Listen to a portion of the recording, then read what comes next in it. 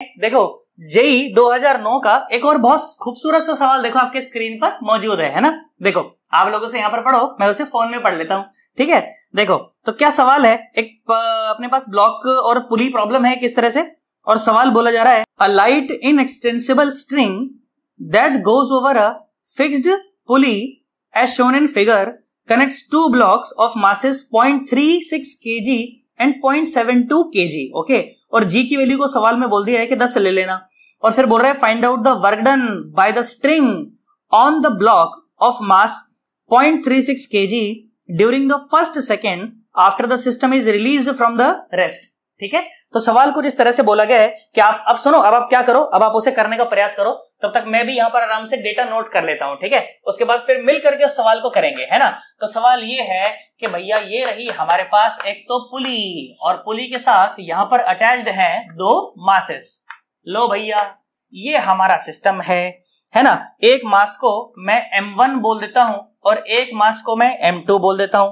बेटा जो m1 है वो सवाल में दिया गया है, कितना दिया गया है, 0.36 kg ये दिया गया है, और जो m2 है वो भी सवाल में दिया गया है, कितना, 0.72 kg, ओके, है ना। बस ये दिया गया है, और बोल रहा है कि find out the work done by the string on the block of mass 0.36 kg, हल्के वाले मास पर बताना है, ठीक है। ये सवाल है। चलो तो आई होप आपने एक बार सवाल को पढ़ लिया होगा अच्छे से, और ट्राई भी कर लिया होगा एक बार अच्छे से, है ना। अब मैं कराता हूं आपको, है ना। सुनो, तो हमें 1 सेकंड में बेटा वर्क डन बताना है टेंशन का, ठीक है। 1 सेकंड में वर्क डन बताना है टेंशन का।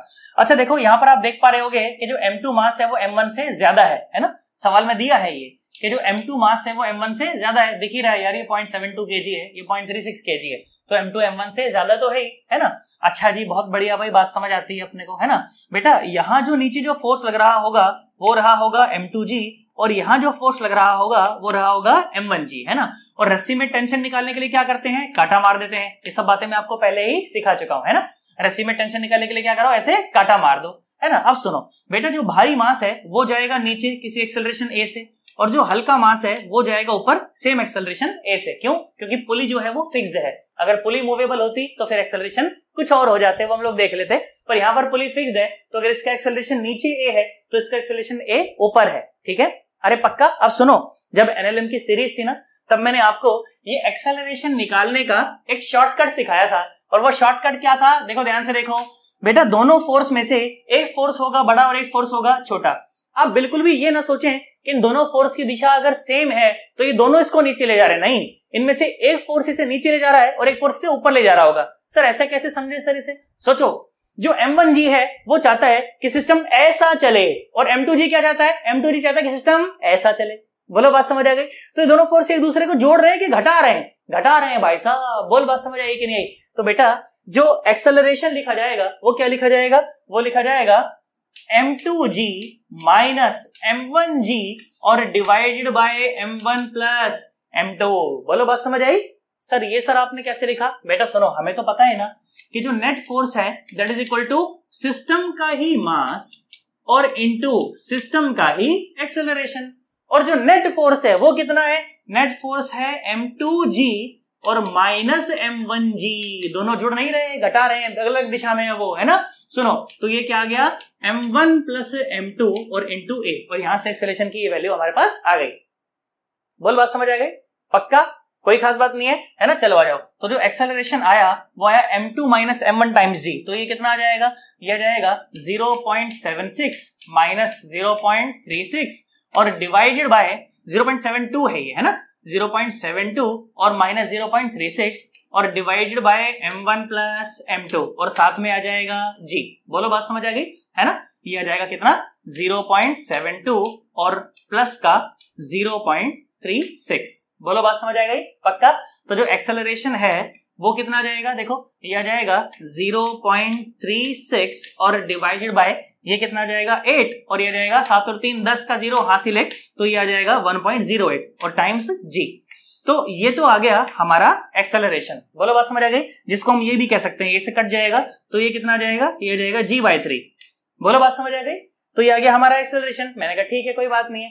अब भाई हमें फोर्स भी तो निकालना है। देखो इस डब्बे का जो एक्सेलरेशन है वो ऊपर की तरफ है, मतलब डिस्प्लेसमेंट भी ऊपर होगा, और देखो टेंशन भी से कहां ले जाना चाहती है, ऊपर ही ले जाना चाहती है।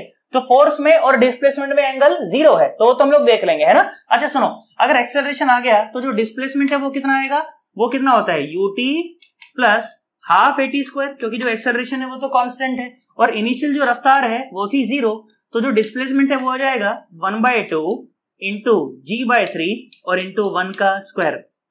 तो डिस्प्लेसमेंट कितना आ गया, वो आ गया g/6। चलिए बोली बात समझ आई कि नहीं आई।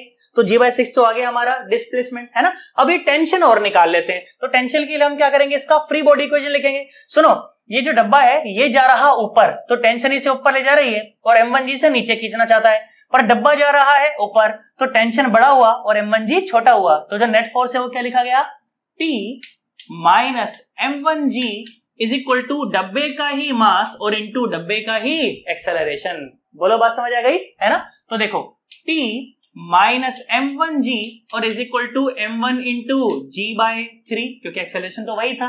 तो जो टेंशन आ गई वो आ गई m1g और प्लस m1 और साथ में g/3, तो ये कितना आ गया, ये आ गया 4m1 और g और by 3।